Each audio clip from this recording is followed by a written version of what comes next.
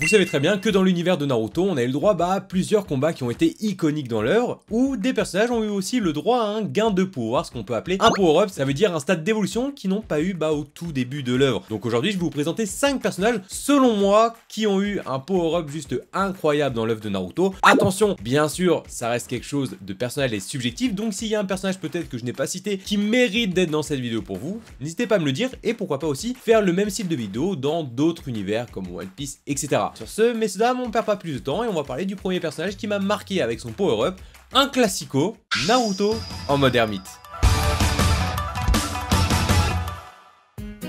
Bon, vous savez très bien que notre ninja principal qui est Naruto a eu plusieurs power-up dans l'œuvre, que ça soit Naruto en mode Kyuubi, que ça soit la première queue contre Sasuke au début de la vallée de la faim et encore j'en passe, ou simplement avec le 3 queues, le 4 queues ou encore j'en passe avec le délire de Kyuubi, que ça soit le manteau de chakra qu'il a découvert au début avec Killer Bee la première phase, qu'il a évolué dans la grande guerre, etc. Mais pourquoi moi personnellement j'avais choisi le mode ermite? Vous allez me dire oui mais Takuro tu as juste parlé du mode ermite parce qu'il y a Pain.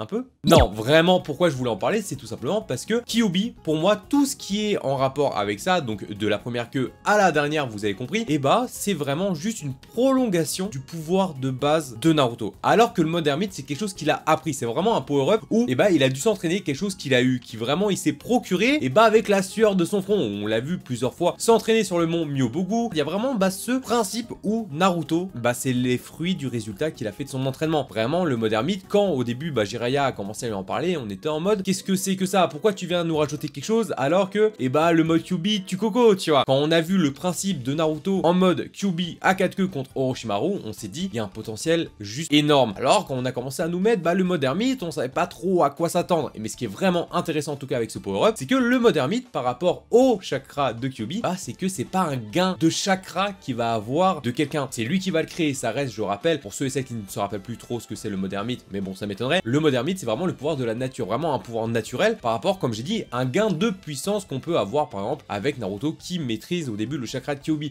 C'est pas du tout ça. Et vraiment, quand on le voit au début maîtrisant le mode ermite et qui vient à Konoha pour défendre ses collègues de Pain, frérot, je pense que tout le monde se souvient des frissons qu'on a eu. Et commencez pas à me dire en mode ouais franchement Taki, excuse-moi mais c'est un peu surcoté. Non, que vous l'ayez lu ou regardé en animé, tout le monde se souvient de l'arc où Naruto arrive à Konoha avec Gamabunta et les deux autres. C'était juste incroyable ce moment. Puis le moment où Naruto décide un peu de poser ses coronets sur la table et qu'il éclate un Pain juste avec un Rasengan alors que tu vois tout le monde qui est en train de galérer avec tout ça, t'es en mode ah oui, il a évolué le petit. Et ce que j'aime beaucoup dans le style des power-ups, c'est que quand on voit Naruto de quoi il a débuté, c'est vraiment ça le principe. Et quand tu dis jusqu'à où il a pu aller avec un des plus grands antagonistes au début en tout cas de l'œuvre, des Shippuden qui était Pain, on se dit quand même c'était pas mal joué de sa part. Même si vous allez me dire que par la suite du mode ermite, le combat s'est aussi un peu terminé avec un Naruto qui maîtrisait un peu la 7ème queue de Kyuubi, enfin maîtriser, ça reste quand même un grand mot. Mais pour moi le mode ermite est vraiment un power-up qui était pas négligeable et surtout un des premiers gros power-up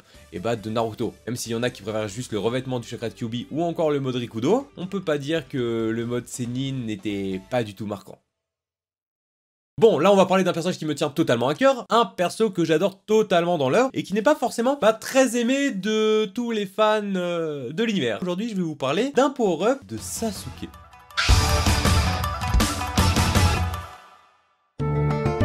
Alors déjà, commencez pas à faire les nerveux avec le point serré s'il vous plaît. Sasuke est un bon perso et commencez pas à me dire en mode oui mais Sasuke, il va, il revient, il s'en va, il veut redétruire Konoha, il aime Konoha, il veut devenir Hokage, après il veut... tu sais pas trop si c'est un Nanta, un Prota, un rival de Naruto, c'est un peu compliqué. Bref, j'adore Sasuke, mais au niveau de son power-up, attention, je ne vais pas forcément parler du power-up du Rinnegan, Susanoo, etc.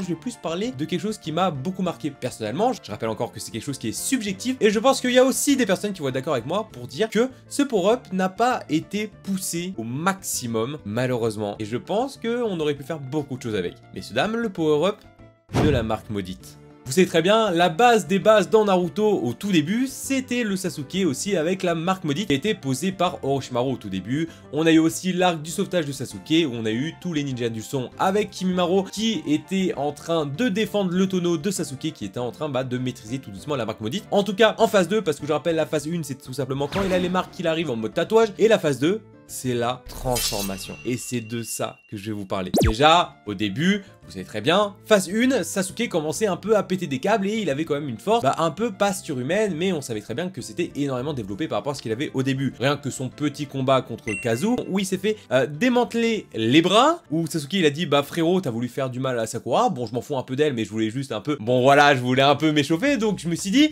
c'est toi qui vas prendre. Frérot, il y a beaucoup de personnes qui ont été choc-barre de ça. Moi le premier, j'étais en mode waouh, c'est ouais l'œuvre de Naruto c'est pas si mignon que ça en fait. Et du coup bien sûr après ce Sasuke en phase 1 vient la phase 2 où on a un Sasuke forme maudite, transformé que ce soit comme Kimaro, Tayuya, Kidomaru, etc. qui ont eu leur phase où ils changent carrément de couleur, avec une forme totalement spécifique en tout cas à leur marque maudite. Et on a un Sasuke avec des grandes ailes en forme de main, une tache sur le nez qui est juste incroyablement stylée. Mais en fait c'est juste sa forme que j'ai adoré avec les cheveux longs. Mais me dites pas que ce Sasuke n'a pas eu de flow. Rien qu'au début, ce Sasuke là qui se battait contre un petit Naruto avec une queue maîtrisée de Kyuubi, c'était un combat juste incroyable, que ce soit sur la vallée de la faim. Pour moi c'était un gain de puissance et surtout qu'on a le fait que Sasuke puisse voler. Vous dites peut-être que c'est débile, mais dans Naruto, il n'y a pas beaucoup de personnes qui flottent, qui volent, etc. Bon, à la fin de la Grande Guerre, c'est parti un peu en couille, t'as tout le monde qui commence à flotter et tu comprends pas trop pourquoi. Mais le principe même du début de la transformation et de la maîtrise tout simplement, et de rester dans les airs, de se combattre, en tout cas des petits combats aériens avec Sasuke, j'ai trouvé ça juste incroyable. Et plus on avançait, plus Sasuke maîtrisait la marque maudite. Que ce soit au début où on le voit avec Orochimaru, ou même son combat contre Deidara. Et je trouve ça tellement dommage qu'on n'a pas eu cette maîtrise qui était poussée encore. Peut-être qu'on a tourné un peu autour du pot, mais imaginez juste le délire peut-être du Susanoo, mais avec un Sasuke en marque maudite. Je pense que ça aurait été juste incroyable, même si je sais qu'il y a des personnes au niveau du power-up de Sasuke. Je sais qu'il y a des gens qui préfèrent le Sasuke avec le Rinnegan quand il se bat à la Grande Guerre Ninja. Mais voilà, moi personnellement, j'avais vraiment mon petit coup de cœur avec le Sasuke en marque maudite qui est pour moi un des meilleurs personnages. Selon moi, je le rappelle, commencez pas à faire les grilles en mode mais qu'est-ce que tu racontes? Mais t'as pas de goût? Non, c'est moi, je rappelle. Il y a peut-être des gens qui préfèrent Sakura, vous êtes bizarre mais pourtant on vous juge pas. Pour le prochain personnage, vu que j'ai parlé de Naruto et j'ai parlé de Sasuke, je vous rassure, on va pas parler de Sakura, mais plutôt de leur sensei, messieurs dames, Kakashi Hatake, qui est, je sais, l'un des personnages les plus appréciés de l'œuvre. Kakashi Hatake qui est déjà un personnage au début qui a montré sa puissance, que ça soit l'arc de Zabuza, tout le monde le connaît. Au début on a dit ok, c'est vraiment un personnage qui est giga fort, surtout avec le côté ninja copieur qui était déjà beaucoup mis en avant dès le début, et on a perdu un peu ce délire là. On savait qu'il était capable de copier des attaques, mais c'était sans plus. Donc vous allez peut-être me dire, mais à quel moment son power-up était incroyable? Messieurs dames, si vous n'avez pas fini Naruto, attention au spoil, c'est quand tout simplement il a réussi à maîtriser le Susanoo. Enfin, maîtriser, copier, vous dites comme vous voulez. Tout simplement, quand Kakashi a hérité des yeux de Obito, il a réussi pendant un court instant à avoir un petit Susanoo. Et il a copié du coup le délire du Susanoo de Sasuke qui était du coup son élève. On a le même principe avec un Susanoo qui a une balafre à l'œil. Voilà, pour rappeler un peu le délire de la cicatrice de Kakashi qui est propre à lui. On a du coup un Susanoo qui est juste incroyable, qui peut envoyer des shurikens avec le logo un peu du kaléidoscope hypnotique du Sharingan. Et juste le combat même contre Kaguya, on sent quand même que Kakashi a eu un gain de puissance juste phénoménal. On se dit quand même que t'as une puissance de chakra qui est même pas décuplée, c'est juste énorme. Je pourrais même pas évaluer la puissance qu'il a gagnée. Déjà que Kakashi au début on sait quand même qu'il est assez puissant, même dans cette technique dans l'arc de Kakuzu et Hidan, on a eu quand même un Kakashi qui était extrêmement stylé. Et plus on avançait et plus on se disait bon Kakashi, mets-toi en arrière, laisse tes élèves un peu être mis en avant. Mais Kakashi il a dit frérot, c'est moi leur sensei, je dois leur montrer encore c'est qui le papa. Et du coup on a eu le droit à un Kakashi forme Susanoo juste parfaite. Et vraiment c'est là où on sent que Kakashi ne s'est pas laissé distancer, que ce soit par Sasuke ou par Naruto déjà qui ont eu des power-ups juste incroyables. Bon, quand tu dis qu'il a commencé au début avec aucun Sharingan, il en a gagné un, et le deuxième c'est trop marrant parce qu'il a vraiment eu de la même personne. Voilà, Obito frérot, tu t'es vraiment fait tout voler du coup, c'est chaud pour toi. Et on a eu un Kakashi vraiment pour moi la meilleure forme qu'il a pu avoir, vraiment la meilleure puissance, la meilleure gain de force qu'il aurait pu avoir dans l'œuvre, et j'ai trouvé ce power-up juste incroyable. Kakashi, tu es un roi.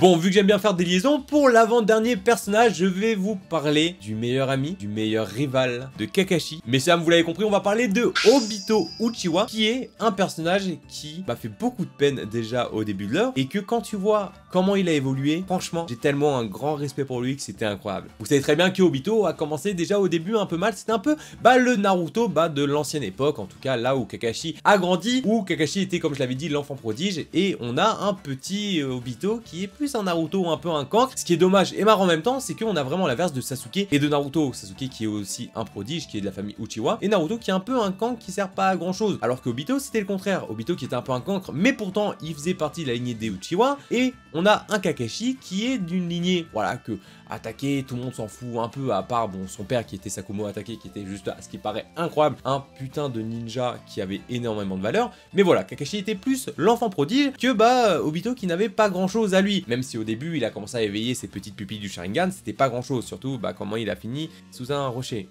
Voilà, c'est bon, il y a meilleur destin. À ce moment-là, on a cru que Obito était fini, vous savez très bien l'histoire, quand il revient, il pète un câble, il voit Kakashi qui a foudroyé Rin, sans mauvais jeu de mots, et à partir de là, Obito va partir en steak. On a eu plusieurs évolutions de Obito. Au début, il a été un peu fusionné avec un Zetsu blanc. On a Obito avec Alpha Moso masque, on aurait dit un peu une marque maudite quand on voit se battre contre Minato. On a aussi le Obito, encore une fois, avec Alpha Moso masque quand il se faisait passer par Madara avec son masque orange où il était vachement con. Pour moi, quand on passe à ce Obito là, on était en mode, vraiment, c'est une quenelle. Quand il était avec Deidara, on pensait pas qu'il pouvait être très sérieux. Et quand on a vu sa phase en mode, quand il passe un peu de gogol à très sérieux, on se dit, ok, frérot, ce mec, c'est quelqu'un. On passe ensuite avec Alpha Moso Obito avec le masque blanc où il est très sérieux. C'est là où il y a tout le délire aussi de l'Edo Tensei, où il y a tout la réincarnation des morts. Donc là, on se dit quand même c'est quelqu'un de très sérieux. Quand son masque a été brisé, on a découvert qui c'était. Donc déjà, Obito, faut savoir que petit à petit, il a eu un power-up sans savoir que c'était Obito. On voit très bien son évolution de petit,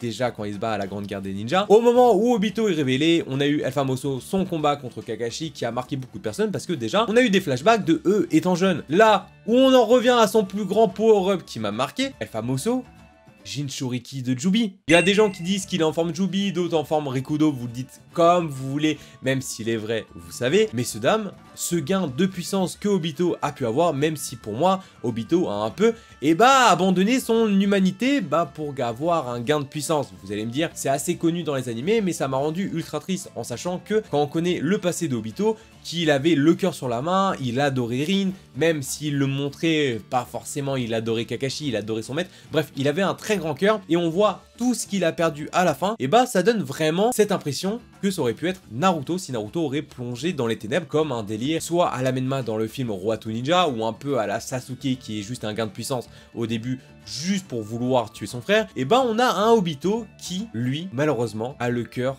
tout noir. C'est ultra triste, comme j'ai dit, Obito qui avait de base la joie de vivre, il a voulu tout laisser derrière lui pour avoir ce gain de puissance qui était juste incroyable. Le power-up d'Obito, quand on voit de quoi il est parti, je le rappelle, qui était un peu un pleurnichard, voilà, le côté noir des Uchiwa, quand tu vois ce qu'il est devenu, même s'il est devenu l'un des plus gros antagonistes à la fin de l'œuvre, son power-up était juste incroyable, son gain de puissance était juste extrêmement fort, et il a un flow. Mais il a un flow de fou furieux! Bon, pour le dernier personnage, il y a beaucoup de personnes peut-être qui vont pas être d'accord avec moi ou qui vont pas comprendre pourquoi je l'ai mis dans le top, mais c'est quelqu'un qui m'a beaucoup marqué, que ça soit par ses valeurs et ce qu'il est devenu à la fin. Messieurs, dames, je vais parler de Guy.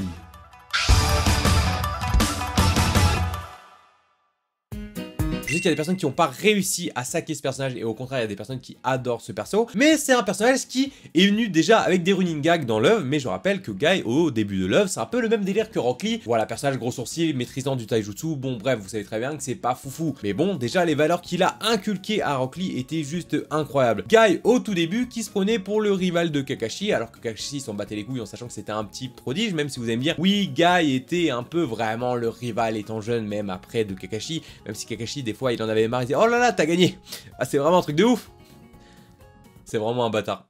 Et on a eu petit à petit un Guy qui ouvrait les portes célestes. Vous savez très bien, tout ce qui est les portes de la force, les portes du cœur, etc. Malheureusement, j'ai plus tous les noms des portes, je vais vous avouer. Déjà au fait, au début où il rencontrait à chaque fois Kisame, il y avait ce running gag en mode on s'est déjà battu? On se connaît frérot? Déjà on a eu au début là où Guy nous a marqué quand il avait ouvert la 7ème porte contre Kisame. Là on s'est dit waouh, déjà avec le tigre du zénith etc. C'est quand même déjà des attaques extrêmement puissantes. Mais là où je veux en venir, où Guy a fermé la bouche de beaucoup de personnes, vous savez très bien, Guy contre Madara.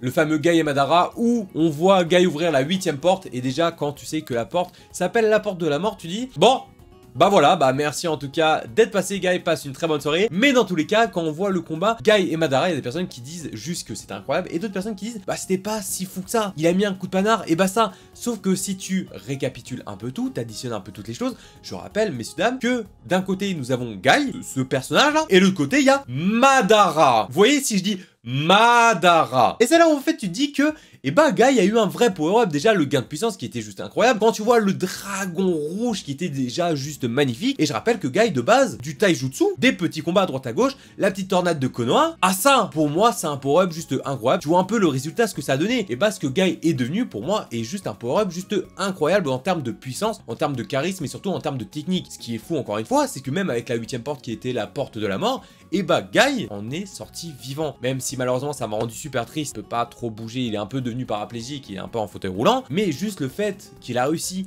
à imposer sa puissance à juste un des 3 grands antagonistes de l'œuvre, parce que bien sûr je compte Obito, Madara et Kaguya, et bah le fait qu'il se dresse en face de Madara, alors que lui on se moquait un peu de lui, c'était un peu, ouais le mec un peu useless, c'est un des sensei, voilà on s'en fout un peu, de toute façon lui il maîtrise le taijutsu, on s'en fout, et bah le fait qu'il soit là pour l'un des combats finaux de l'œuvre, mais pour moi, messieurs dames, il peut s'asseoir à la table de Naruto, il peut s'asseoir à la table de Kakashi, de Sasuke si vous voulez. Bien sûr, encore une fois, je sais qu'il y a des personnes qui vont pas être d'accord avec moi, je sais que mes choix sont totalement subjectifs, et il y a encore des personnages que j'aurais pu rajouter, comme par exemple, pourquoi pas un power-up avec le mode ermite de Jiraiya, même s'il y a des gens qui vont dire, ouais, Sakura aussi.